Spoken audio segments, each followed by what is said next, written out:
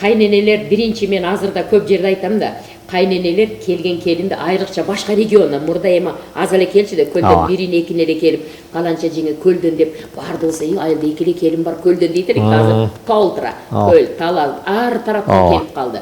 Bizdikiler барбайтты, тияктагылар келбейтти. Ошондо кайнене акылдуу кайнене жак ошо келинди чоочун жерге, чоочун регионго келгенде сонун тосуп алыш керек да. Кел жаным алтырым, жаным.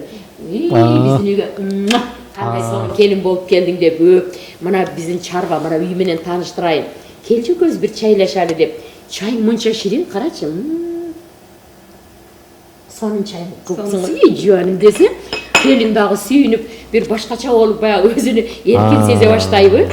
Алтыным, азыр мен бир жака жөнөп атам. Сен үйлөрүңдү жыйнап, анан түшкө тамакка даярдана бер десе, буларга кандай тамак даярдансам экен деп мотивация берилип калды. Жакшы мамиле куралып калды. Мен айтам, биринчи келген келинди жакшы тосуп ал, кучактап ал. Алсыңар нечөөсүңөр? Бешөө. Мен биринчи, экинчи, үчүнчү, төртүнчү, сен алтынчысы болдуң.